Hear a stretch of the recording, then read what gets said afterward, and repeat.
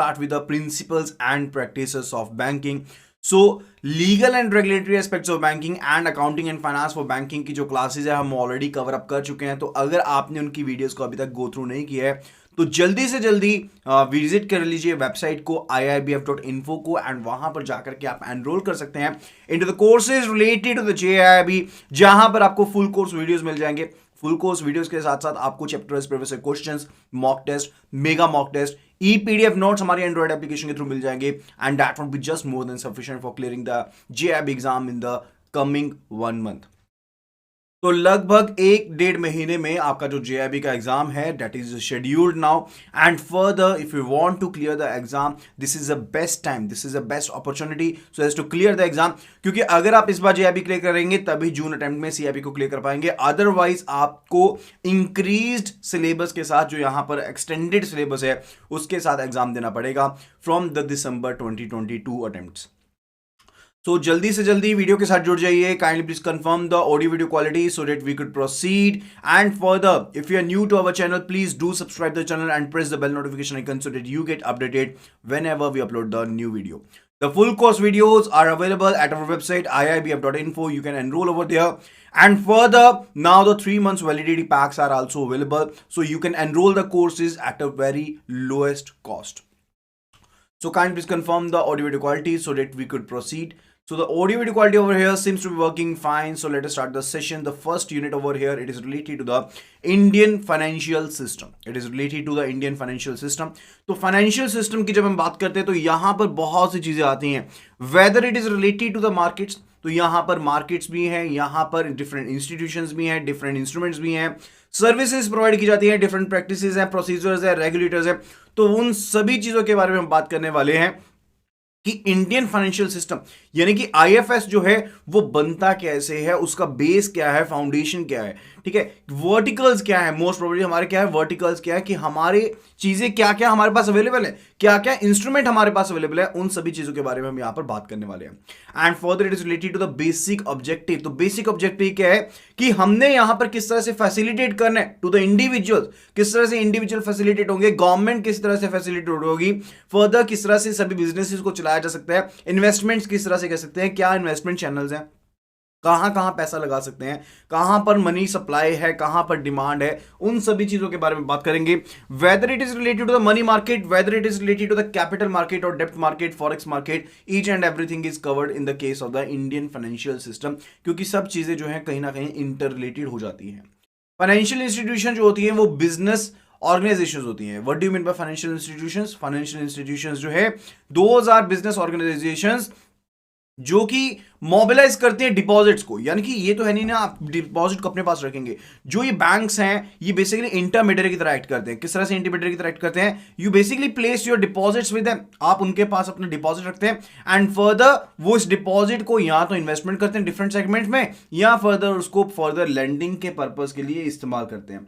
ऐसा नहीं है आपका पैसा उन्होंने जस्ट अपने पास रख लिया एंड आपको इंटरेस्ट पे करते जा रहे हैं. They are basically investing in it in other markets, या फिर वो लेंडिंग के पर्पस के लिए उसका इस्तेमाल कर रहे हैं एंड फर्दर वो बेसिकली आपको इंटरेस्ट जो भी है वो प्रोवाइड कर रहे हैं. That is how it basically cultivates habits related in the mind of the depositor कि उनको अपना पैसा जो है वो डिपॉजिट करवाना है बैंक में, because they will be getting something in return. Okay, then is related to the classification. अगर क्लासिफिकेशन की बात करें तो सबसे पहले हम यहां पर बात करने वाले हैं बैंकिंग इंस्टीट्यूशन के बारे में, then related to the non banking institutions.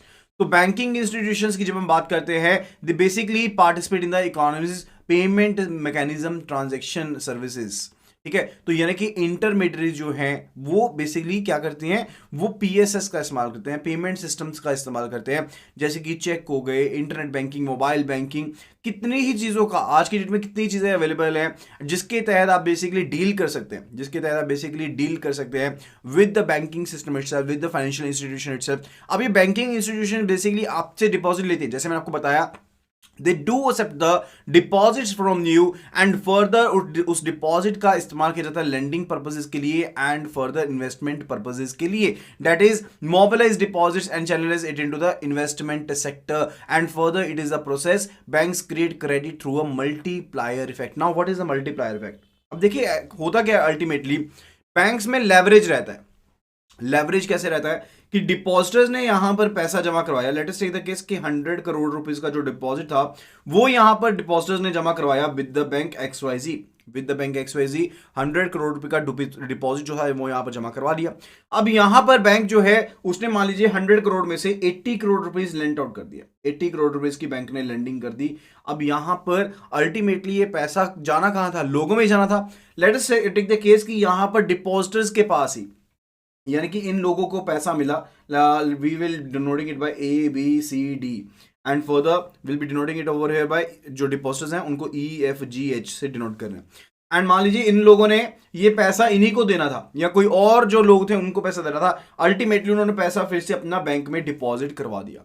तो अल्टीमेटली हुआ क्या कि डिपॉजिट 100 करोड़ रुपीस था, 100 करोड़ में से बैंक ने 80 करोड़ रुपीस की लेंडिंग कर दी एंड 80 करोड़ में से इन्होंने पैसा जो पे करना था यहां पर इनको 30 करोड़ रुपए पे कर दिया, वापस से पे कर दिया। इन्होंने 30 करोड़ रुपए फिर से बैंक के पास जमा करा दिया। अल्टीमेटली बैंक के पास क्या हो गया, 130 करोड़ रुपीस क्या हो गए, यहां पर 130 करोड़ रुपीस का यहां पर डिपॉजिट हो गया एंड बैंक ने यहां पर मान लीजिए लेंडिंग और कर दी, फिर आगे और लेंडिंग कर दी। This is called what, this is called the multiplier effect, यानी कि डिपॉजिट्स के थ्रू यहां पर जब आप लेंडिंग करते रहते हैं, इन्वेस्टमेंट्स करते रहते हैं, तो अल्टीमेटली इन्वेस्टमेंट किसी ना किसी पर्टिकुलर डायमेंशन में कर रहे हैं जो कहीं ना कहीं किसी इंस्टीट्यूट से रिलेटेड है, इंस्टीट्यूट फिर से कहीं ना कहीं वो पैसा जमा करवाने वाली है।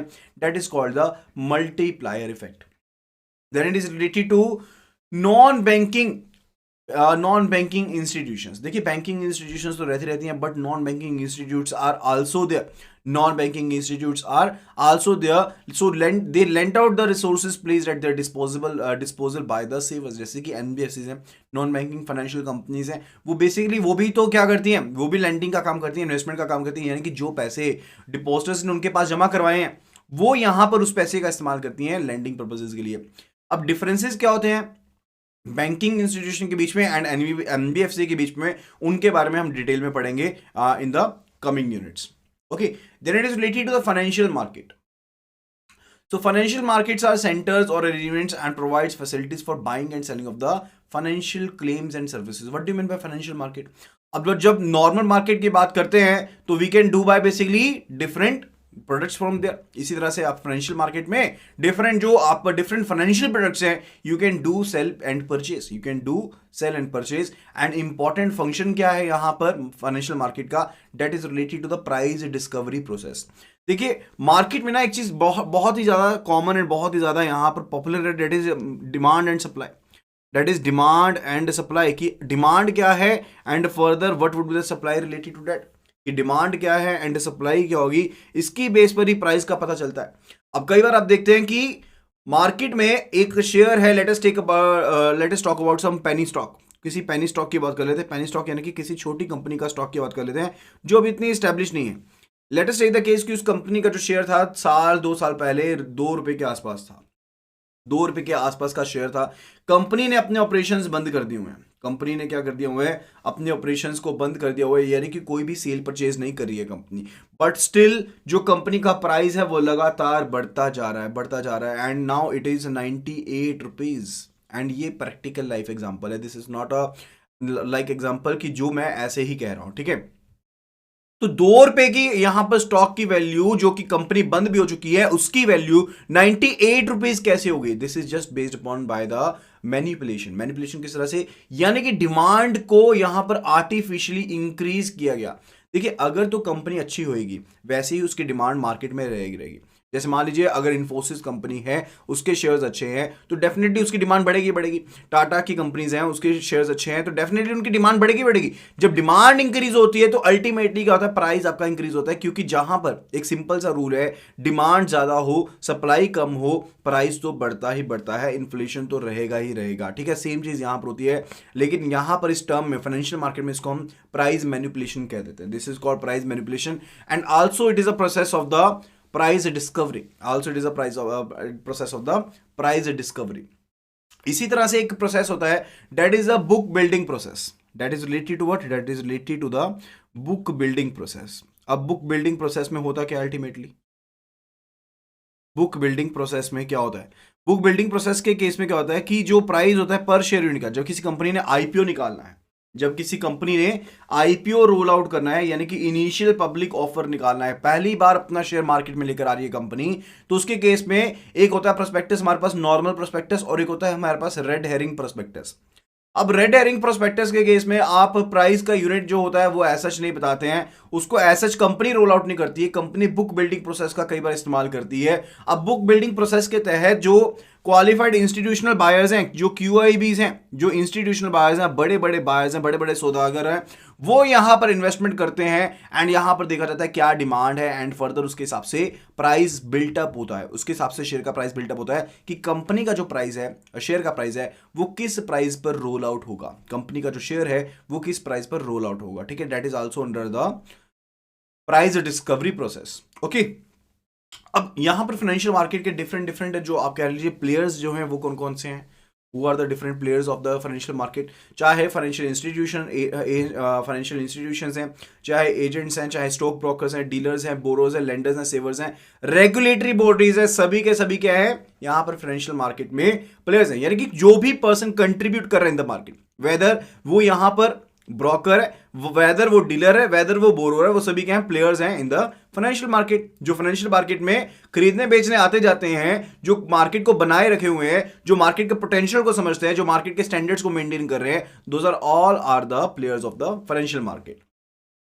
फाइनेंशियल मार्केट में क्या क्या चीजें रहती हैं उनके बारे में देख लेते हैं। सो यहां पर मनी मार्केट, डेप्ट market, forex market, capital market, इन चारों मार्केट्स के बारे में हम पढ़ने वाले हैं एंड डेफिनेटली काफी ज्यादा इंपॉर्टेंट बेसिक कंसेप्ट्स हैं ये, ठीक है, जिनको आपको समझना बहुत ज्यादा जरूरी है।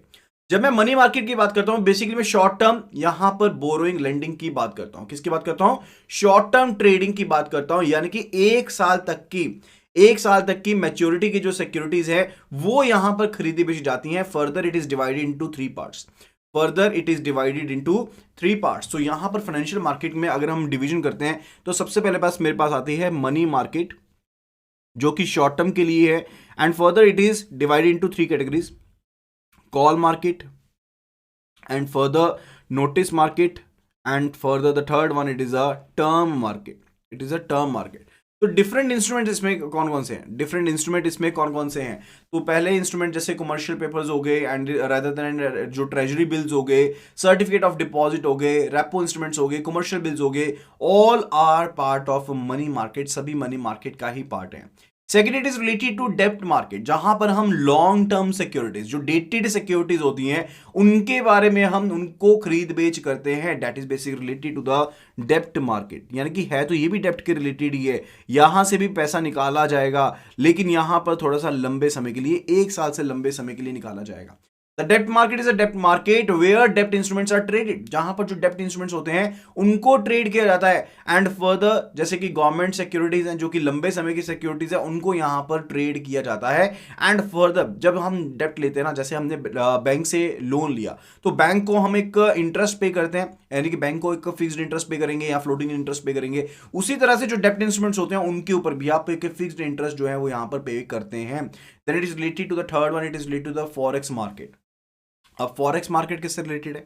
अब फॉरेक्स मार्केट के खुद के अपने क्या है इंस्ट्रूमेंट्स हैं, जैसे पैकिंग क्रेडिट है, प्री शिपमेंट क्रेडिट है, पोस्ट शिपमेंट क्रेडिट है, whether it is related to the packing credit limit, whether it is related to post shipment credit, whether it is related to letter of credit, ठीक है, या फिर bank guarantees हो गई, वो सभी किसमें शामिल हो जाती हैं? ये सभी डिफरेंट इंस्ट्रूमेंट्स कह सकते हैं हम, किसके अंदर आते हैं? Forex market, foreign exchange market के अंदर आते हैं, जहां पर फॉरेन एक्सचेंज को खरीदने बेचने का काम किया जाता है। What is foreign exchange? यानी कि मैंने किसी और करेंसी को खरीदा बेचा, या फिर कोई इंस्ट्रूमेंट ड्रॉ किया गया था in foreign currency and the amount is payable in Indian currency, that is also under the forex. Okay, तो यहां पर फॉरेक्स को यानी कि फॉरेन एक्सचेंज को खरीदने बेचने का काम किया जाता है, that is related.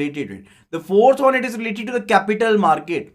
Fourth one, it is related to the capital market. अब कैपिटल मार्केट के केस में क्या है कि जहां पर मैं इक्विटी की बात कर रहा हूं, जहां पर मैं डेब्ट की बात कर रहा हूं, जहां पर मैं इक्विटी की बात कर रहा हूं, वो दोनों चीजें इसमें कवर हो जाती है। यानी कि कैपिटल मार्केट के केस में डेब्ट एंड इक्विटी दोनों कवर होती हैं। कैपिटल मार्केट के केस में जो डेब्ट है वो भी कवर होता है, जैसे कि बॉन्ड्स हो गए, डिबेंचर्स हो गए, वो भी यहां पर कवर हो रहे हैं। एंड अदर देन डेट यहां पर इक्विटी की बात करते हैं। इक्विटी यानी कि जैसे कि शेयर्स हो गए, डिफरेंट कंपनी के शेयर्स हो गए, वेदर वो यहां पर हमारे पास प्राइमरी मार्केट है, प्राइमरी मार्केट है, चाहे हमारे पास वो सेकेंडरी मार्केट है, वो सब चीजें भी यहाँ पर कवर रहेंगी।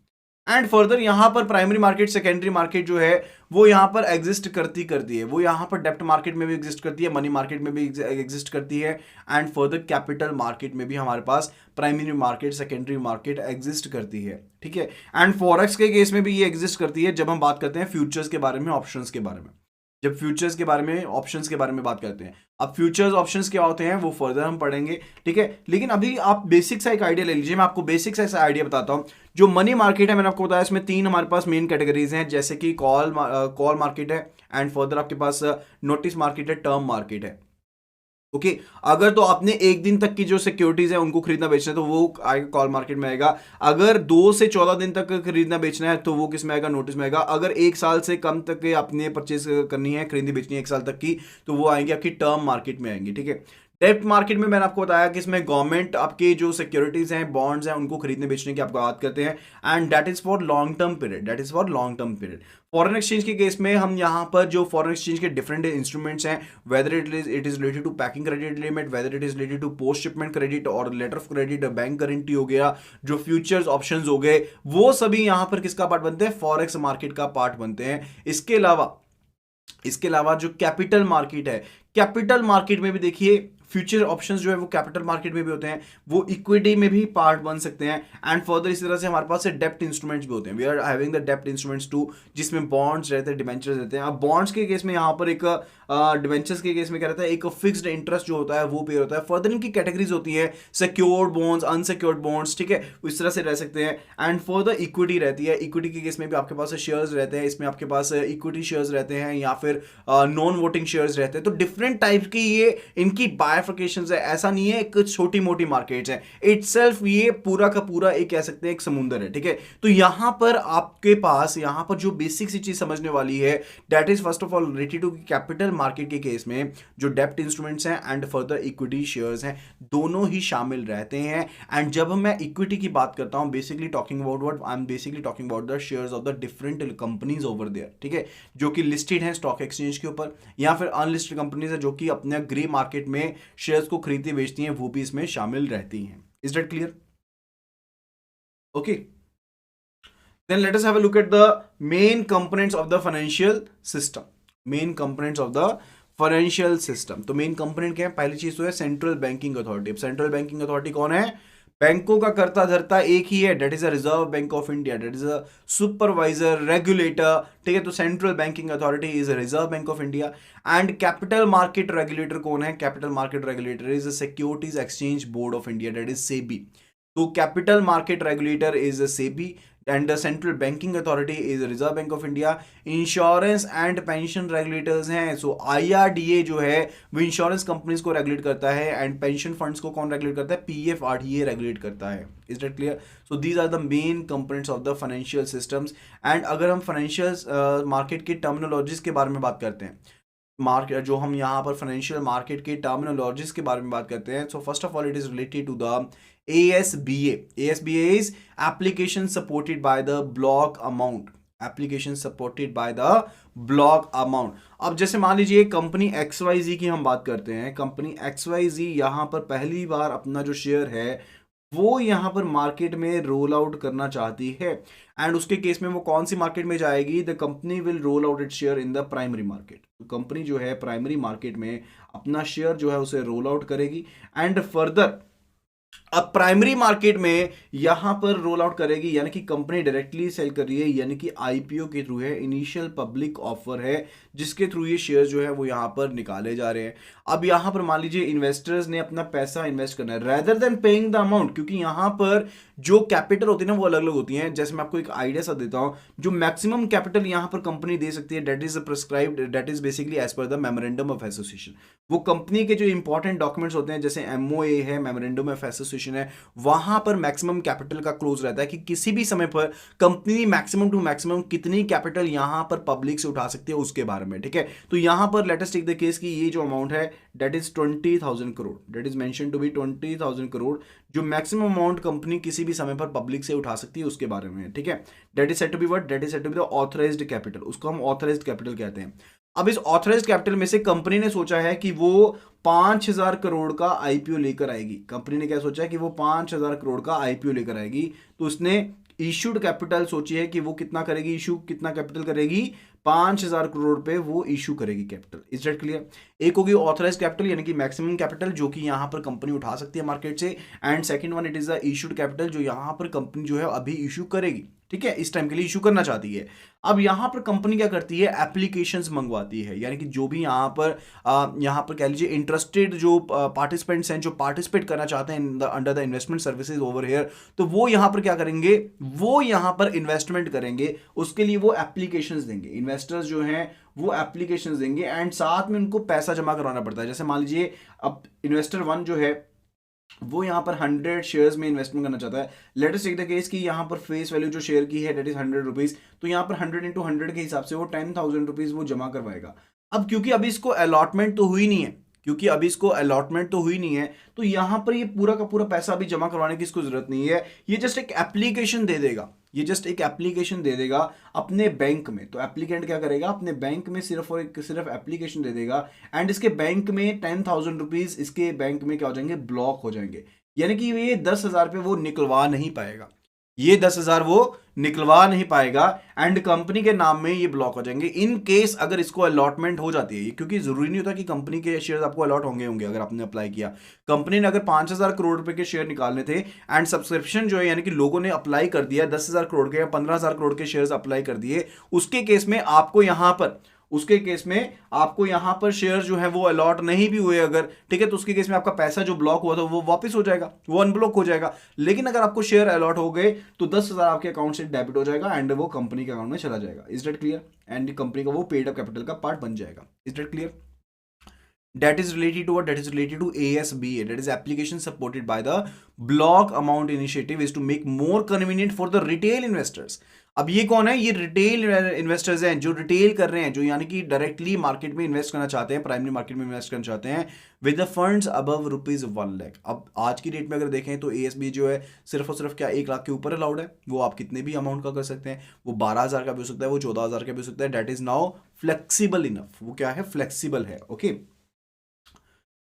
So ASBA means what? ASBA means application supported by the blocked amount, and ASBA जो है एक एप्लीकेशन है जिसमें एक ऑथराइजेशन रहती है, किसके द्वारा? रिटेल इन्वेस्टर के द्वारा। जो पर्सन इन्वेस्टमेंट करना चाहता था उसके द्वारा एक यहाँ पर एप्लीकेशन रहती है कि वो अपने अकाउंट में से जो बैलेंसेस हैं उनको यहाँ पर क्या करना चाहता है, उसको ब्लॉक करवा देना चाहता है, क्योंकि वो यहां पर सब्सक्राइब करना चाहता है। जो इश्यू निकाला गया है, जो अमाउंट यहां पर कंपनी निकालना चाहती है बाय वे ऑफ आईपीओ, उसमें वो इन्वेस्टमेंट करना चाहता है, तो उसने यहां पर अपने अकाउंट को ब्लॉक करवा दिया। ASBA के थ्रू उसने अप्लाई किया है। Application money from the debited, तो सिर्फ और सिर्फ तभी डेबिट होगी अगर उसको अलॉटमेंट होती है, शेयर्स की फाइनलाइज होती है। अदरवाइज अगर उसको अलॉटमेंट नहीं होती है तो वो खारिज हो जाएगी, खत्म हो जाएगी, एंड अल्टीमेटली उसका जो अमाउंट ब्लॉक था वो रीइंस्टेट हो जाएगा। Is that clear? That is related to ASBA। अब बात आती है प्राइमरी मार्केट की। तो प्राइमरी मार्केट के बारे में मैंने आपको ऑलरेडी बताया कि प्राइमरी मार्केट होती क्या है, what it is all about. Primary market यानी कि जब पहली बार कंपनी मार्केट में उतरेगी एंड अपने शेयर्स को बेचेगी, that is said to be primary market. यानी कि डायरेक्टली आप कंपनी से डील करें, you are dealing directly with the company, in between अभी कोई भी नहीं है, सिर्फ और सिर्फ कंपनी है जो कि अपने शेयर्स को बेचना चाहती है एंड इन्वेस्टर्स हैं, and that is what? That is the primary market. इसको हम क्या कहते हैं? प्राइमरी मार्केट कहते हैं। And what is the secondary market? अब इन्वेस्टर्स ने यहां पर शेयर्स खरीद दिए, हो सकता है वो अपने इन शेयर्स को जो उनको अलॉट हुए हैं वो अपने पोर्टफोलियो में उनको रिटेन नहीं करना चाहते, उनको बेचना चाहते हैं, ठीक है। लेकिन और इन्वेस्टर्स होंगे जो उनको खरीदना चाहते हैं, और इन्वेस्टर्स होंगे जो उन शेयर्स को खरीदना चाहते हैं, अब वो आपस में डील कर सकते हैं। That is what? That is basically the secondary market. तो जब यहां पर कंपनी डायरेक्टली डील करती है with the investors itself, that is said to be what? That is said to be the primary market. उसको हम कहते हैं कि ये प्राइमरी मार्केट है। एंड फर्दर जब डिफरेंट इन्वेस्टर्स खरीद बेच करते हैं अपने बीच में, that is said to be what? That is said to be the secondary market.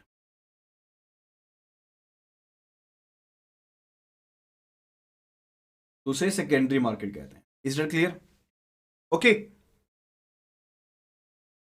so the secondary market where the existing market securities, stocks, shares etc. bonds are purchased and sold through the stock exchange, and ये किसके through बेचे जाते हैं? ये आपस में ऐसा नहीं है, कोई फिश मार्केट नहीं है जिसमें खरीदे बेचे जाएंगे। This would be sold through the stock exchange, यानी कि एनोनिमस खरीद बेच होती है। आप नहीं जानते कि बायर कौन है, आप नहीं जानते सेलर कौन है, सिर्फ और सिर्फ जो यहां पर जितने शेयर्स खरीदे बेचे जा रहे हैं वो चीज मैचिंग होती है, मैचिंग का कंसेप्ट होता है एंड फर्दर उसके बेस पर ही यहां पर खरीद बेच होती है। यानी कि अगर पर्सन ए यहां पर 10 शेयर्स बेचना चाहता है तो वो 10 शेयर बेच देगा, यहां पर बी भी 10 शेयर बेचना चाहता है वो भी 10 शेयर बेच देगा। यहां पर हो सकता है कि सी जो है वो 20 शेयर्स को परचेज करना चाहता है, तो यहां पर डिमांड से सप्लाई मैच हो गई, that would be done through stock exchange anonymously. यानी कि खरीदने वाले को बेचने वाले को नहीं पता लगेगा कि वो किससे शेयर खरीद रहे हैं, किसको शेयर बेच रहे हैं। ओके, एंड यहां पर स्टैंडर्डाइज जो रूल्स एंड रेगुलेशंस है those are followed. Then it is related to NBFC. So NBFC is what, non banking financial company है जो कि रजिस्टर होती है कंपनीज एक्ट के अंडर एंड फर्दर जो कि लोन्स एंड एडवांसेस के बिजनेस में जुड़ी हुई है। हो सकता है कि वो यहां पर कैपिटल मार्केट में इन्वेस्टमेंट कर रही हो सकता है कि वो यहां पर गवर्नमेंट सिक्योरिटीज जो इशू हुई हैं उनमें इन्वेस्टमेंट कर रहे हो, हायर परचेज के बिजनेस में हो, चिट बिजनेस में हो, लेकिन कोई भी ऐसी इंस्टीट्यूशन नहीं होगी जिसका मेन बिजनेस जो है वो एग्रीकल्चर एक्टिविटी से रिलेटेड है या फिर sale purchase of immovable property से रिलेटेड है। ठीक है, तो वो कंपनी बेसिकली क्या कहलाएगी, that would be the NBFC. तो एनबीएफसी एक कंपनी है that is registered under the companies Act, जो कि कंपनीज एक्ट में ही रजिस्टर्ड है एंड फर्दर वो यहां पर लोन एंड एडवांसेस के बिजनेस से जुड़ी हुई है, लेकिन उसका काम जो है डायरेक्टली एग्रीकल्चर या फिर इमूवेबल प्रॉपर्टी को खरीदने बेचने से रिलेटेड नहीं है। Is that clear? And let us have a look at the differences between the bank and NBFC. अब बात आती है कि बैंक भी यहां पर लोन एंड एडवांसेस का काम कर रहा है एंड एनबीएफसी भी लोन एंड एडवांसेस का काम कर रही है, लेकिन क्या डिफरेंसेस क्या है इनके बारे में देख लेते हैं। So bank can do accept the deposits, तो बैंक किसी भी तरह के जो डिपॉजिट्स हैं उनको एक्सेप्ट कर सकता है। एनबीएफसी जो है वो डिमांड डिपॉजिट एक्सेप्ट नहीं कर सकती। देखिए दो तरह के डिपॉजिट्स होते हैं, one it is a demand deposit and the other one it is a time deposit. Other one it is a time deposit. Demand deposit यानी कि जैसे ही आपने पैसा डिमांड किया बैंक को आपका पैसा पे करना पड़ेगा, जैसे कि सेविंग फंड अकाउंट्स हो गए, करंट अकाउंट हो गए। तो एनबीएफसी जो है वो डिमांड डिपॉजिट को एक्सेप्ट नहीं कर सकती है, जबकि यहां पर जो बैंक है वो किसी भी तरह का डिपॉजिट एक्सेप्ट कर सकते हैं। टर्म डिपॉजिट जैसे कि एफडीआर हो गए, आरडी अकाउंट हो गए, ये आपके टर्म डिपॉजिट अकाउंट हो गए। तो एनबीएफसी जो है वो टर्म डिपॉजिट को एक्सेप्ट कर सकती है लेकिन डिमांड डिपॉजिट को एक्सेप्ट नहीं कर सकती है, लेकिन बैंक जो है वो किसी भी तरह का डिपॉजिट एक्सेप्ट कर सकता है। मोर ओवर जो एनबीएफसी है that can not issue self drawn cheque, यानी कि ऐसा नहीं है कि जो पैसा यहां पर एनबीएफसी के पास जमा है वो बाय वे ऑफ चेक उसे निकाला जा सके। Date can not be done. सिर्फ और सिर्फ बैंक जो है वो यहां पर सेल्फ ड्रॉन चेक्स को इशू कर सकते हैं, यानी कि बैंक एक्सवाइजी की अगर हम एग्जांपल लेते हैं तो बैंक एक्सवाइजी यहां पर चेकबुक इशू कर सकता है, जिसके थ्रू जो उसके कस्टमर्स हैं या जो थर्ड पार्टीज हैं वो चेक्स को उसके ऊपर ड्रॉ करेंगे एंड पैसा ले सकते हैं, लेकिन एनबीएफसी ऐसा नहीं कर सकती है। देन फर्दर आरबीआई जो है वो करता धरता है बैंक्स का एंड जो कंपनीज जो एनबीएफसी है it is registered as a company. जो एनबीएफसी है that is registered as a company under the companies act. यहां पर बैंक के केस में प्रायोरिटी सेक्टर लेंडिंग एप्लीकेबिलिटी रहती है, बैंक्स को अपने प्रायोरिटी सेक्टर लेंडिंग टारगेट्स को कंप्लीट करना पड़ता है। ठीक है, ओवरऑल टारगेट क्या है यहां पर, प्रायोरिटी सेक्टर का ओवरऑल टारगेट क्या है in case of all the commercial scheduled commercial banks and foreign banks, what is the target? It is 40% of A and B C, it is a 40% of adjusted net bank credit or CEOBE whichever is higher। CEOBE क्या रहता है, credit equivalent of balance sheet exposure, that would be just of the beat, लेकिन simply आपको बता देता हूं कि that is overall target जो है वो 40% का है in the case of RRBs, small finance banks and for the urban cooperative banks. इनके केस में जो टारगेट है that is 75% and urban cooperative bank के केस में भी पहले 40% था and it is to be achieved up to 75% by financial year 2024। Is that clear? And लेकिन एनबीएफसी के केस में कोई भी प्रायोरिटी सेक्टर लेंडिंग का टारगेट नहीं है। एंड अगर बैंक के केस में देखिए तो एंट्री कैपिटल जो है, अगर आपको बैंकिंग लाइन में एंटर करना है तो उसके लिए आपको जो कैपिटल रिक्वायरमेंट है वो काफी ज्यादा है। I am not talking about the paid up capital requirement, I am just talking about the capital requirement, तो वो काफी ज्यादा है, दैट इज 500 करोड़ का क्वांटम है। लेकिन एनबीएफसी के लिए यहां पर क्या है, कोई भी ऐसा टारगेट नहीं है। एनबीएफसी के लिए ऐसा प्रायोरिटी सेक्टर लेंडिंग का कोई टारगेट नहीं है, वो हमने ऑलरेडी गो थ्रू कर लिया। एंड अगर एनबीएफसी अपने यहां पर ओपन करनी है तो वहां पर अगर माइक्रो फाइनेंस सर्विसेज है तो उसके लिए जो आपकी capital requirement that is 5 crore. Otherwise अगर आपने कोई एनबीएफसी फॉर्म करनी है तो उसके लिए जो यहां पर आपकी रिक्वायरमेंट है that is 2 crore rupees, that is 2 crore rupees. Is that clear? ये चीज यहां पर क्लियर हो गई है। एंड फर्दर बैंक के केस में आपको जो भी स्टैच्यूटरी रिजर्व्स हैं, बैंक के केस में जो भी स्टैच्यूटरी रिजर्व्स हैं, whether it is a case of the CRR और एसएलआर, आपको वो मेंटेन करनी पड़ती हैं। सीआरआर मींस आपके पास जो रहती है that is a current reserve cash reserve ratio, CRR is a cash reserve ratio and SLR is a statutory liquidity ratio। ये आपको मेंटेन करनी पड़ती हैं इन the case of the banks. लेकिन एनबीएफसी के केस में आपको CRR SLR को मेंटेन नहीं करना पड़ता है, आपको स्टैच्यूटरी रिजर्व को मेंटेन करना पड़ता है, but not as a CRR SLR। आपको 15% का जो स्टैच्यूटरी रिजर्व है उसके आपको मेंटेन करना पड़ेगा इन the case of the NBFC. Okay, that is separate. तो these are all the differences between the bank and NBFC। I hope कि आपको ये चीजें क्लियर हो गई होंगी। आई होप कि आपको ये चीजें यहां पर क्लियर हो गई होंगी। Next, it is related to the financial institutions. It is related to the financial institutions. जो फाइनेंशियल इंस्टीट्यूशंस हैं वो बेसिकली किस चीज के ऊपर फोकस करेंगे? फाइनेंशियल ट्रांजैक्शंस के ऊपर फोकस करेंगे। इन्वेस्टमेंट कहां पर करनी है, लेंडिंग कहां करनी है, डिपॉजिट कैसे हम यहां पर मैक्सिमम टू मैक्सिमम मोबिलाइज कर सकते हैं, उसके बारे में देखेंगे। अब यहां पर जो फाइनेंशियल इंस्टीट्यूशंस हैं उसमें क्या रहेंगे? बैंक्स रहेंगे, trust companies, insurance companies, investment dealers जो है वो सभी क्या है? बेसिकली ये फाइनेंशियल इंस्टीट्यूशंस है जो फाइनेंस के साथ डील कर रहे हैं, which are dealing in finance.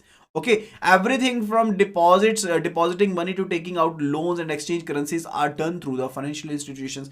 यानी अकेला अगर हम बैंक की बात ही करते हैं, अगर अकेले हम बैंक की बात ही करते हैं तो बैंक जो है आपको क्या लगता है? सिर्फ और सिर्फ डिपॉजिट को एक्सेप्ट किया एंड लेंडिंग कर दिया, सिर्फ और सिर्फ ये इसके काम है। जो बैंक है वो ट्रेजरी में डील भी कर रहा है। Bank is also deal in treasury, यानी कि आपके पास बैंक जो है उसके पास कैपिटल मार्केट का एक्सपोजर भी है, बैंक ने और इन्वेस्टमेंट भी कर रखी है, गवर्नमेंट सिक्योरिटीज में भी इन्वेस्टमेंट कर रखी है। तो बैंक्स जो है वो फॉरेन करेंसी में भी इन्वेस्टमेंट करते हैं, फॉरेन एक्सचेंज में भी डील करते हैं। सो बैंक्स जो है वो यहाँ पर मल्टी टीयर डायमेंशंस में काम कर रहे हैं। They are not only working in one dimension. ऐसा नहीं सिर्फ और सिर्फ पैसा लिया एंड लेंडिंग कर दी, दैट इज इट, ऐसा नहीं है। बैंक जो है और भी बहुत सी एक्टिविटीज में पार्टिसिपेट करते हैं। Okay, after that it is related to cooperative banks. अगर कोऑपरेटिव बैंक की एक बात हम करते हैं तो कोऑपरेटिव बैंक दो तरह के होते हैं। एक तो होते हैं आपके पास मल्टी स्टेट कोऑपरेटिव बैंक, यानी कि अगर कोऑपरेटिव बैंक जो है एक से ज्यादा स्टेट्स में है, एक से ज्यादा स्टेट्स में है तो उसके केस जो है उसे क्या कहते हैं? That would be the multi state cooperative bank. उसके केस में उसे क्या कहेंगे? That would be under the central government and further that would be under the multi state cooperative bank. And अगर एक ही स्टेट में है तो उसके केस में उसे क्या कहेंगे? That would be basically cooperative bank legislative के अंडर ही सिर्फ और सिर्फ वो कवर अप होगा। Is that clear? So cooperative bank जो है in retail and commercial banking organised as a cooperative basis, यानी कि एज अ कोऑपरेटिव सोसाइटीज वो यहाँ पर हुए। Mutual lending banks, mutual saving banks थे जो सोसाइटी के पर्संस ने, जो सोसाइटी के पर्संस ने यहाँ पर क्या किए थे? इंप्लीमेंट किए थे, यानी कि सोसाइटी के कुछ लोग सामने आए एंड कॉमन यहाँ पर इंटरेस्ट को देखते हुए कॉमन पर्पसेस के लिए उनको फॉर्म किया गया।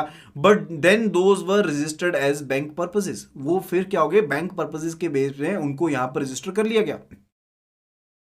अब यहां पर म्यूचुअल बेनिफिट के लिए सामने आए थे, यानी कि लोगों ने अपना पैसा जमा करवाया, उसी पैसे में से जिन लोगों को पैसा चाहिए होता था उन लोगों को पैसा दिया गया। लेकिन अल्टीमेटली इनको एज अ बैंकिंग यहां पर आप कह लीजिए इंस्टीट्यूट यहां पर रजिस्टर कर लिया गया एंड अल्टीमेटली ये बैंकिंग सर्विसेज को भी इम्पार्ट कर रहे हैं। Okay, so that is the main purpose of the cooperative banks.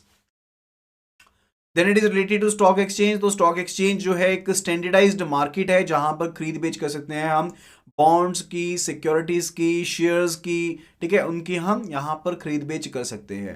And further ये एक कन्वीनियंट प्लेस है जहां पर हम इनकी ट्रेडिंग कर सकते हैं, जहां पर हम इनकी ट्रेडिंग कर सकते हैं। जब मैं ट्रेडिंग वर्ड यूज करता हूं इट मीन्स कि मैं खरीद बेच की बात ही कर रहा हूं। Okay, and further it is related to mutual fund. Now mutual fund क्या होता है? What is mutual fund? अब जैसे मान लीजिए पर्सन ए है, पर्सन ए के पास कोई एक्सपर्टीज नहीं है कि वो यहाँ पर कैपिटल मार्केट में या फिर कह लीजिए गवर्नमेंट सिक्योरिटीज में पैसा किस तरह से लगाए। ठीक है, mutual fund is not only related to the shares only, लेकिन ये कैपिटल, ये आपके पास मनी मार्केट से रिलेटेड भी हो सकता है, ये गवर्नमेंट सिक्योरिटी से रिलेटेड भी हो सकता है। Not related to money market, actually it can be related to the government securities. तो गवर्नमेंट सिक्योरिटी से रिलेटेड भी हो सकता है एंड शेयर से रिलेटेड भी हो सकता है। अब इस पर्सन के पास एक्सपर्टीज नहीं है कि ये पैसा किस तरह से लगाइए, इसके पास इतना टाइम नहीं है कि फंड्स को अपने किस तरह से मैनेज करे। तो ये क्या करता है? अल्टीमेटली एक म्यूचुअल फंड में इन्वेस्टमेंट करता है। म्यूचुअल फंड मतलब कि यानी कि सभी लोगों ने यहाँ पर अपना पैसा इन्वेस्ट किया हुआ है। Let us take the case कि बहुत ज्यादा लोगों ने अपना पैसा यहाँ पर इन्वेस्ट इन्वेस्टमेंट किया हुआ है, एंड यहाँ पर ये जो एक म्यूचुअल पूल क्रिएट हो गया, पूल ऑफ मनी क्रिएट हो गया है, that is worth rupees 100 crore rupees. वो 100 करोड़ रुपीज का एक पूल इकट्ठा हो गया है, जहां पर थाउजेंड्स ऑफ यहाँ पर इन्वेस्टर्स ने अपना पैसा इन्वेस्ट कर दिया है, ठीक है, पैसा इन्वेस्ट कर दिया है। अब यहां पर क्या होगा, एक फंड मैनेजर होगा, there would be a fund manager in a mutual fund, जो कि यहां पर सारे के सारे फंड को मैनेज कर रहा है, एंड अल्टीमेटली कौन कौन सी कंपनीज में यहां पर शेयर्स लगाने हैं, पैसे लगाने हैं, उसको मैनेज कर रहा है, उसको मैनेज करे, एंड फर्दर इसके बेस पर एक वैल्यू निकाली जाएगी, एक म्यूचुअल फंड की कितनी वैल्यू होगी, ठीक है।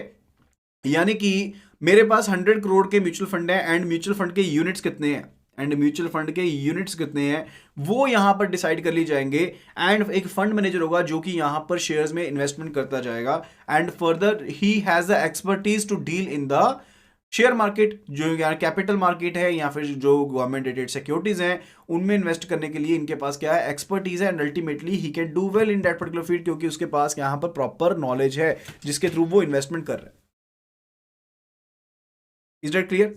ये चीज क्लियर होगी है, ठीक है। तो यहां पर ये पैसा म्यूचुअली ये मैनेज किया जाएगा, एंड अल्टीमेटली डिफरेंट शेयर्स में पैसा लगा दिया जाएगा। जैसे मान लीजिए अगर आपने 500 रुपीज में इवन इन्वेस्ट किए हैं, even if you have invested rupees 500 rupees, तो वो 500 रुपीज के केस में आपको म्यूचुअल फंड का यूनिट जो है वो यहां पर मिल जाएगा। जैसे मान लीजिए आपको 0.023 यूनिट्स मिल गए म्यूचुअल फंड के, ठीक है, आपने 500 रुपए इन्वेस्ट किया तो आपको 0.023 यूनिट्स मिल गए म्यूचुअल फंड के, and your money is not only invested in one share but multiple shares. यानी कि जो भी म्यूचुअल फंड जिस भी यहां पर शेयर्स में या फिर सिक्योरिटीज में पैसा लगा रहा है, वहां पर आपका पैसा इन्वेस्ट हो जाएगा, एंड उसकी रिटर्न के हिसाब से आपको यहां पर रिटर्न जो है वो यहां पर मिलती रहेगी। That is related to what? That is related to the mutual fund. Okay, तो it is an investment vehicle that is made up of a pool of funds, यानी कि पूल ऑफ फंड्स है जहां पर जो सभी इन्वेस्टर्स हैं वो यहां पर पैसा अपना इकट्ठा करते हैं, एक जगह पर इकट्ठा कर लिया। अब यहां पर क्योंकि सभी का मेन मोटिव क्या है कि उन्होंने इन्वेस्टमेंट करनी थी, तो एक फंड मैनेजर जो है जो कि पूरे के पूरे यहां पर फंड को मैनेज कर रहा है, वो यहां पर देखेगा कि कहां पर पैसा, कौन से शेयर मार्केट्स में पैसा, कौन से शेयर्स में, कौन से स्टॉक्स में, बॉन्ड्स में पैसा लगाना है, कौन से मनी मार्केट इंस्ट्रूमेंट्स में या फिर सिमिलर एसेट्स में पैसा लगाना है, वहां पर पैसे को इन्वेस्ट किया जाएगा, एंड अल्टीमेटली जो रिटर्न होगी वो जिस प्रोपोर्शन में इन्वेस्टमेंट्स की गई थी वो यहां पर उनको मिल जाएगी। Is that clear?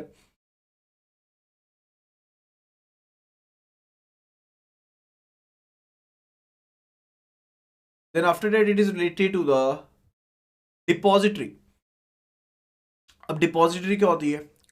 डिपॉजिटरी होती है जहां पर हम कोई चीज को डिपॉजिट करते हैं, कोई चीज को स्टोर करते हैं, एंड इसके केस में जब हम स्पेसिफिकली डिपॉजिटरी की बात करते हैं तो हम यहां पर सिक्योरिटी पर्पसेस के लिए जो हमारी सिक्योरिटीज होती है उनको डिपॉजिट करते हैं। It could be the securities, it could be the securities, different securities, और it could be the shares और स्क्रिप्ट, जिन्हें हम कहते हैं शेयर्स या स्क्रिप्ट भी कहते हैं इसे, ठीक है। इनको हम क्या करते हैं, यहां पर डिपॉजिट करते हैं। अब देखिए, जैसे मान लीजिए आप एक इन्वेस्टर हैं जो कि शेयर मार्केट में इन्वेस्टमेंट करना चाहते हैं, मैं शेयर मार्केट की ही यहां पर एग्जांपल ले रहा हूं, ठीक है। आप इन्वेस्टमेंट करना चाहते हैं तो आप यहां पर किसी ना किसी ब्रोकर के थ्रू यहां पर अपना अकाउंट ओपन करवाएंगे, यानी कि किसी ना किसी ब्रोकर के थ्रू आप यहां पर शेयर मार्केट में डील करें, एंड फर्दर किसी ना किसी डीपी में यानी कि डिपॉजिटरी में यहां पर आपका यहां पर जो ट्रेडिंग अकाउंट है जिसको हम डीमैट अकाउंट कहते हैं वो यहां पर ओपन होगा।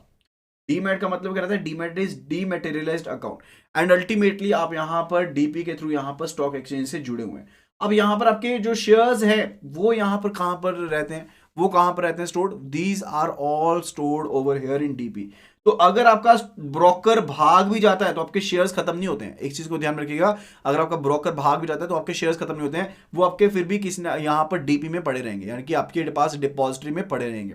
तो डिपॉजिटरी में आपका डीमैट अकाउंट यानी कि डीमैटेरियलाइज्ड अकाउंट ओपन होता है, जहां पर डीमैटेरियलाइज्ड फॉर्म में जो आपके शेयर्स हैं वो यहां पर स्टोर्ड रहते हैं, जो आपके जो शेयर्स हैं वो यहां पर क्या रहते हैं? स्टोर्ड रहते हैं। That is basically what? That is the purpose of depository, that is the basic purpose of depository, जो कि यहां पर आपके बिहाफ पर जो भी सिक्योरिटीज हैं, जो भी शेयर्स हैं, उनको यहां पर होल्ड करके रखेगी, एंड अगर आप स्टॉक एक्सचेंज के साथ खरीद बेच करते हैं उनकी तो वो फैसिलिटेट करेगी, वो फैसिलिटेट करेगी। तो जैसे कि दो ही है यहां पर अभी के लिए, सीडीएसएल है एंड हमारे पास क्या है? एनडीएसएल है। CDSL and for the एनडीएसएल।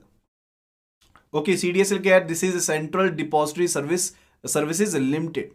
This is central depository services limited, ऐसी तरह से NDSL है, that is national depository securities limited, national depositories of securities limited. Is that clear? That is the main purpose of the depository. यहां पर डीमेटेरियलाइज्ड form में ही आपके पास क्या होते हैं, जो शेयर्स होते हैं आप होल्ड करते हैं। Then further it is related to merchant banker. Now, what is the main purpose of merchant banker? What is the main purpose? तो merchant banker जो है वो या तो इंटरनेशनल फाइनेंस में डील कर रहे हैं, या लॉन्ग टर्म लोन्स में डील कर रहे हैं with the corporate itself, and further या फिर वो जो बुक बिल्डिंग का प्रोसेस होता है ना, not related to book building actually, underwriting का जो प्रोसेस होता है उसको यहाँ पर कीप अप करते हैं ना। What is the process of under writing?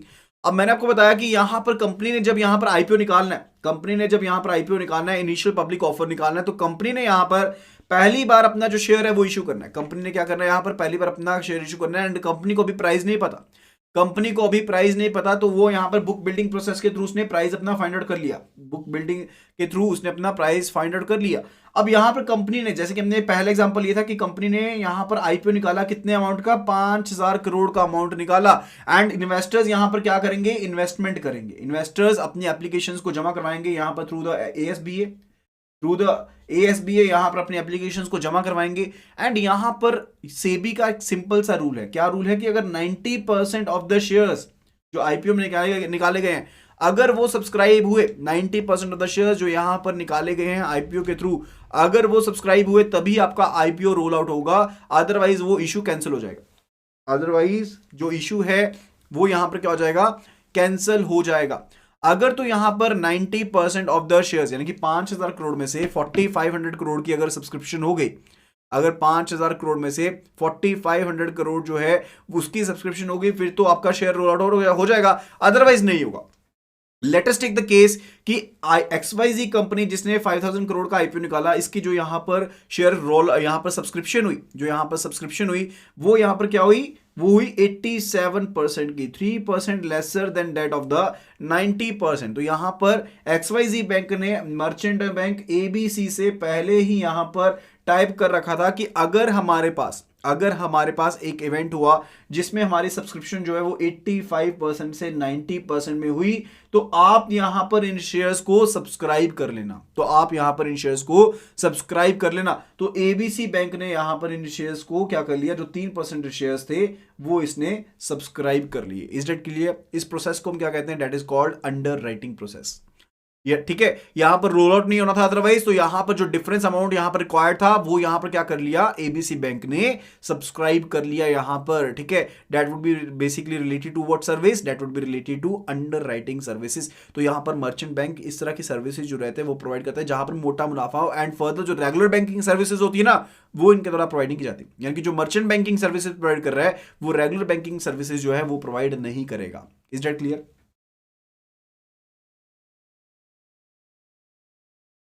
then it is related to the some of the one liners। तो जल्दी से जल्दी आपको इन सब का आंसर करते रहना है, साथ के साथ आंसर करते रहिएगा। Okay, it says which of the following is not an intermediary in the financial market, which of the following is not an intermediary in the financial market. तो फाइनेंशियल मार्केट में कौन से यहां पर ऑप्शन जो है that is not the intermediary? CDSL and NSDL दोनों में, CDSL एंड NSDL में कोई भी डिफरेंस नहीं है, सिर्फ और सिर्फ दो ही डिपॉजिटरीज हैं यहां पर, एंड फर्दर सेंट्रल गवर्नमेंट के अंदर ही है। So which of the following is not an intermediary in the financial market? कौन से यहां पर जो यहां पर बताया गया है that is not an intermediary? Banks, NBFCs, mutual funds और SEBI? Banks are intermediary itself. Banks are intermediary itself. तो सबसे पहला जो सही आंसर दिया गया है that is given by Sonu Singh, that is related to SEBI। तो सेबी यानी कि securities and exchange Board of India. I already told you SEBI क्या है, रेगुलेटर है। SEBI is regulator of capital market. तो सेबी जो है वो यहां पर इंटरमीडियरी नहीं है। इंटरमीडियरी क्या रहता है, जिसने एक जगह से पैसे लिए दूसरी जगह पर इन्वेस्टमेंट्स कर दी। ठीक है, तो बैंक भी ऐसा करते हैं, एनबीएफसी भी ऐसा करते हैं। एनबीएफसी भी पैसा लेते हैं एंड फर्दर इन्वेस्टमेंट करते हैं। म्यूचुअल फंड का भी यही काम है, म्यूचुअल फंड भी पैसा लेते हैं एंड आगे इन्वेस्टमेंट्स कर देते हैं। Okay, EPDFs would also be available very soon. तो इनका EPDFs भी एप्लीकेशन में आपको बहुत जल्दी डाउनलोड सेक्शन में मिल जाएगा. Okay, next it is related to, so the answer over here is SEBI. तो आंसर जो है यहां पर सेबी है. जो आंसर है यहां पर that is SEBI. So RBI exercises control over Indian banking system. Is it true or false? Question number 7 में जरूर डालिएगा. RBI exercises control over Indian banking system. Is it true or false? RBI जो है उसका Indian banking system के ऊपर control रहता है, तो डेफिनेटली RBI इज करता धरता. तो यहां पर जो आंसर है डेट इज अ ट्रू. तो यहां पर जो आंसर है डेट इज अ ट्रू. तो यहां पर श्री तिवारी ने सबसे पहले आंसर किया है that is true. But kindly please do write the question numbers along with your answers. Second it says regulator of insurance market is. Insurance market के रेगुलेटर कौन है? इंश्योरेंस मार्केट के रेगुलेटर कौन है? Third one it is related to question 3 over here. So the right answer over here it is IRDA, Insurance Regulatory Development Authority of India. IRDA is the right answer. Question number 3. So right answer सबसे पहले यहां पर श्री तिवारी के द्वारा फिर से दिया गया है. Question number 3. Question number 4 over here. Mutual funds collect funds from public and invest them in.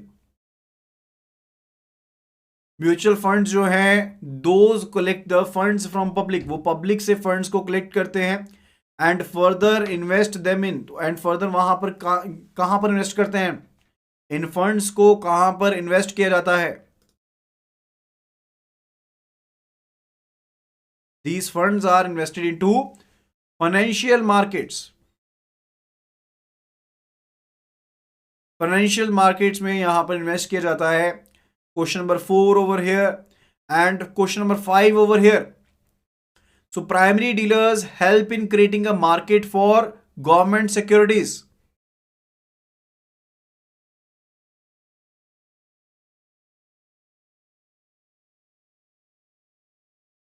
Primary dealers help in creating a market for government securities. तो primary dealer कौन होते हैं? इनकी definition पहले आपको बता देता हूं. Definitely the answer is a true over here. And further Mohammad Nazir ने सबसे पहले सही आंसर दिया है क्वेश्चन नंबर 5 का, that is true. So option true would be the right answer here. True would be the right answer here. And primary dealers होते क्या है इनके बारे में देख लेते हैं. So primary dealers are registered entities with the Reserve bank of India. Primary dealers जो हैं these are the registered entities with the Reserve bank of India, जिनके पास लाइसेंस होता है कि ये गवर्नमेंट सिक्योरिटीज को खरीद बेच सकते हैं. जिनके पास लाइसेंस होता है कि ये गवर्नमेंट सिक्योरिटीज को खरीद बेच सकते हैं. एंड ये डायरेक्टली गवर्नमेंट से जो सिक्योरिटीज है उनको खरीदते हैं. एंड गवर्नमेंट जो है यहाँ पर यहाँ पर जो आरबीआई है वो यहाँ पर गवर्नमेंट के बिहाफ पर इन सिक्योरिटीज को प्राइमरी डीलर्स को इशू कर देती है. एंड फर्दर जो प्राइमरी डीलर्स हैं फर्दर इन सिक्योरिटीज को आगे सेल करते हैं टू द अदर बायर्स. तो इन अ वे जो प्राइमरी डीलर्स हैं वो एक मार्केट को क्रिएट करते हैं. जो प्राइमरी डीलर्स हैं they do create a market for the government securities. And अभी फिलहाल में एक स्कीम आई है that is retail direct scheme. तो रिटेलर्स के लिए एक डायरेक्ट स्कीम आई है. रिटेलर्स के लिए एक डायरेक्ट स्कीम आई है जिसमें आरबीआई ने एक पोर्टल क्रिएट किया है. रिजर्व बैंक ऑफ इंडिया ने एक पोर्टल क्रिएट किया है जहां पर जाकर के रिटेल इन्वेस्टर्स को यहां पर रजिस्टर कर लेना है. एंड फिर यहां पर जो भी गवर्नमेंट सिक्योरिटीज यहां पर इशू की जाएंगी, retail investors directly in government securities में यहां पर इन्वेस्ट कर पाएंगे. जो रिटेल इन्वेस्टर्स हैं डायरेक्टली इन गवर्नमेंट सिक्योरिटीज में इन्वेस्ट कर पाएंगे. यानी कि प्राइमरी मार्केट भी रहेगी यहां पर एंड सेकेंडरी मार्केट भी रहेगी. यानी कि अगर यहां पर आरबीआई रिटेल डायरेक्ट के तहत अगर यहां पर प्राइमरी मार्केट में इन्वेस्टर्स ने रिटेल इन्वेस्टर ने इन्वेस्टमेंट कर दी है एंड बाद में वो यहां पर उसे सेल भी करना चाहते हैं, खरीद बेच भी करना चाहते हैं, तो सेकेंडरी मार्केट में वो ऐसा कर पाएंगे. तो सेकेंडरी मार्केट में वो ऐसा कर पाएंगे. Is that clear? तो ये हुआ है under the RBI retail direct scheme. RBI retail direct scheme. तो यहां पर यहां पर गवर्नमेंट के लिए जो मार्केट है वो एक्सपेंशन का एक बहुत बढ़िया तरीका यहां पर अपनाया गया है. Next it is related to the sixth one which says the foreign funds authorised to operate in Indian stock exchange are called. जो फॉरेन फंड्स यहां पर ऑथराइज्ड रहते हैं, जो यहां पर इंडियन स्टॉक एक्सचेंज में इन्वेस्टमेंट कर सकते हैं, दोज आर कॉल्ड, उनको क्या कहा जाता है? जो फॉरेन फंड्स authorized हैं to operate in Indian stock exchange, those are called as what? Those are called as foreign institutional investors. FII कहते हैं उन्हें. Those are called as FII, that is foreign institutional investors.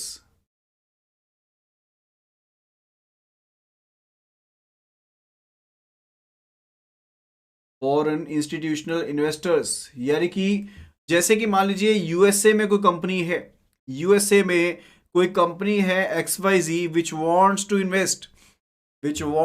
Invest, तो उस case में ultimately क्या होगा कि वो यहां पर पहले जब उसने इन्वेस्टमेंट करनी है इंडिया में, तो पहले उसे यहां पर जो रेगुलेटर है इंडिया के, उनके पास अपने आप को रजिस्टर करवाना होगा, उसके बाद वो यहां पर इन्वेस्टमेंट्स कर पाएंगे.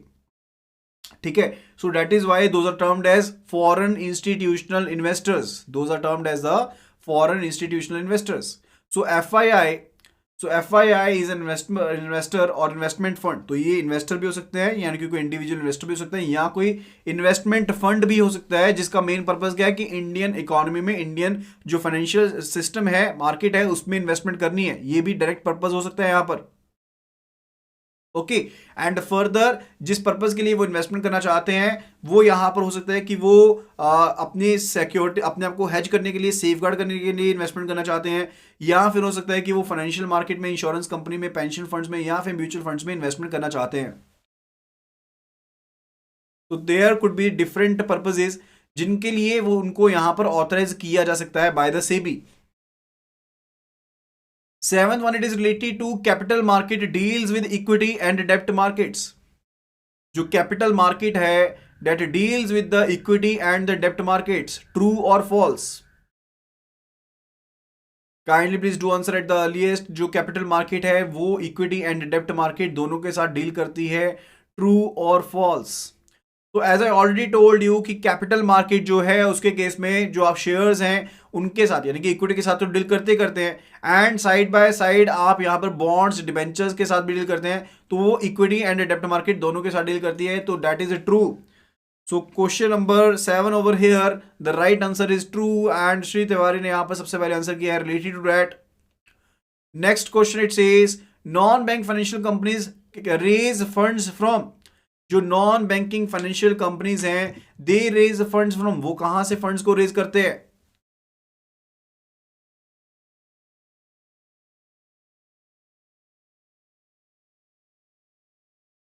Non banking financial companies raise funds from. जो एनबीएफसीज हैं, दीज रेज फंड्स फ्रॉम, ये फंड्स को कहां से रेज करते हैं? These raise funds from public. These raise funds from public. So the right answer over here is given by Kiran Sinha. तो ये जो फंड्स हैं these are raised from public. तो पब्लिक से ही फंड रेज करते हैं ना. These are not raised from RBI. Public से ही फंड रेज किए जाते हैं. तो पब्लिक ही जो यहां पर पैसा है वो यहां पर डिपॉजिट करवाती है एनबीएफसी के साथ, and NBFCs can not basically accept the demand deposit. Demand deposit को एक्सेप्ट नहीं कर सकती एनबीएफसीज, ये टर्म डिपॉजिट को एक्सेप्ट कर सकती है. This can not accept the demand deposit, and further ये पेमेंट सेटलमेंट सिस्टम का पार्ट नहीं बन सकती हैं. चेक ड्रॉन टू इटसेल्फ ये नहीं हो सकते हैं, यानी कि चेक के थ्रू पेमेंट नहीं हो सकती एनबीएफसीज के through. And further deposit insurance facility of DICGC is not available to the depositors of NBFCs. तो डीआईसीजीसी की जो इंश्योरेंस पॉलिसी है that is not available with the NBFCs. Regulator of capital market is, capital market के regulator कौन है? Who is regulator of capital market? Question number 9. Kindly please do answer at the earliest. Question number 9 over here, who is the regulator of the capital market? So the right answer over here is first of all given by issue. So the right answer over here is SEBI, that is Securities and Exchange Board of India is the right answer. Securities and Exchange Board of India is the right answer. Question 10 over here, it says maintenance of CRR is mandatory or it is non-mandatory. What it is? Maintenance of CRR is mandatory by banks or not mandatory by banks? It is mandatory. So the question number 10, right answer is mandatory. Right answer is given by Shri Tiwari first of all. So it is mandatory. So the banks are to basically comply with the CRR guidelines. So CRR is basically defined under which act and which section? Which act and which section? जो CRR है, that is defined under which act and which section? So as a part of the portion of the NDTL, net demand time liabilities, a fixed portion is to be kept with the Reserve Bank of India in form of cash. Okay, and it is mandatorily to be maintained. It is mandatorily to be maintained. And further related to the question number 10, the right answer is given by the Ranjulata. Ranjulata, related to, it is covered under which act? It is covered under Reserve Bank of India Act and under section 42. And under section 42.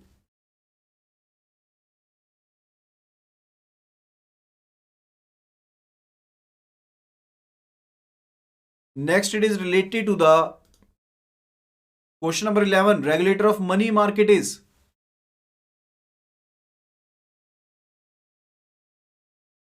Regulator of money market is? So what it is related to? Money market is related to what? Money market is related to the short call money, short money and term money. Who is regulator of money market? Reserve Bank of India is a regulator of money market. Reserve Bank of India is a regulator of money market, and Ram Kumar has posted the right answer first of all. Venkatesh has also posted the right answer. So regulator of money market is Reserve Bank of India. It is Reserve Bank of India, the regulator of money market. Question number 12, it says, depositories hold the shares of the companies in which format? So the shares are held by the depositories in which format? So the right answer over here, first of all, has been posted by issue that is related to the demat format. So the shares are held by the depositories in demat format, that is a dematerialized format. 12th answer is demat form.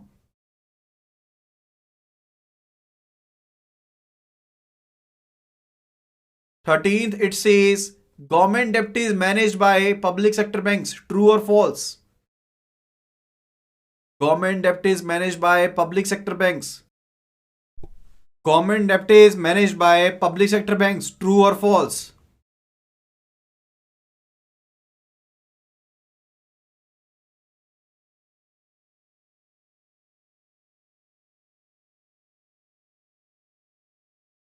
True. Government debt is managed by the public sector bank. It is true.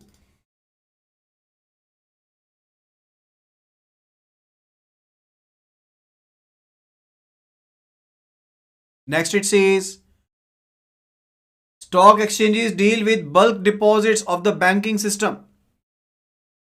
Question 14, it says stock exchanges deal with the bulk deposits of the banking system. Is it true or false? Is it true or false? Stock exchanges deal with the bulk deposits of the banking system. Kindly please do mention the question number along with it so that I could relate what question has been answered. So stock exchange do not deal with the bulk deposit, so it is false. So 14th over here, the right answer would be false. So it is, first of all, the right answer has been given by Sonu Singh, related to the false.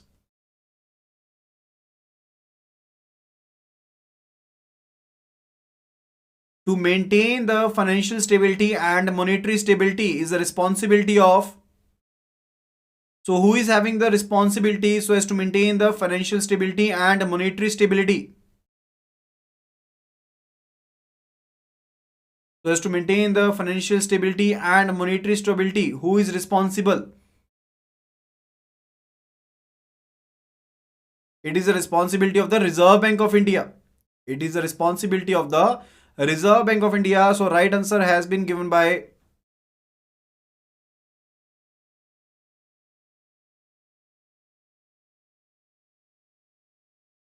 Rab Kubar first of all.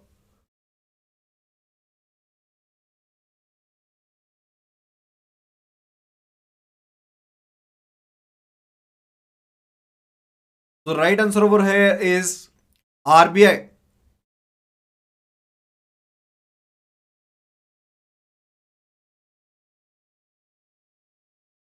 So that would be related to this particular unit and this particular video. So that would be all related to this particular video. So I hope that you must have enjoyed the video and must have learned the concept.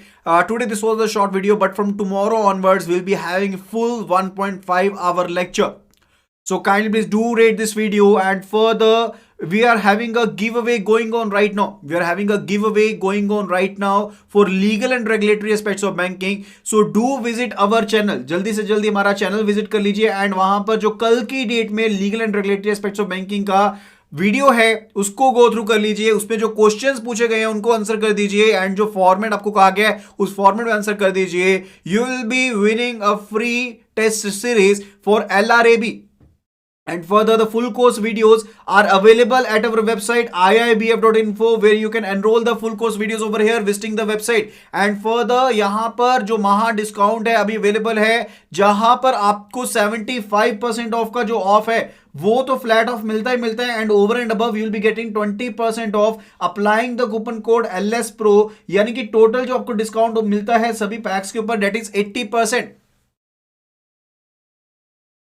That is 80%.